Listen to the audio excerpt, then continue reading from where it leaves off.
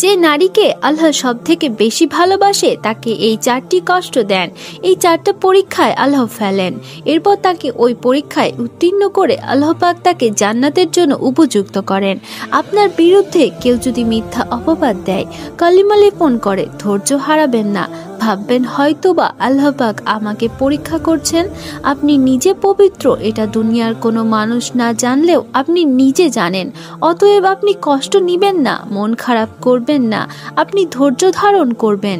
2 number, যেই নারীকে আল্লাহ বেশি ভালোবাসে সেই নারীকে তার পরিবারের অথবা তার প্রিয় কাছের মানুষের অবহেলা দিয়ে আল্লাহ পরীক্ষা করেন।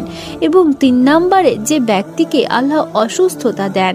4 নাম্বার, আল্লাহ তাকে অভাব অনটনের মধ্যে তার দিন অতিবাহিত করেন।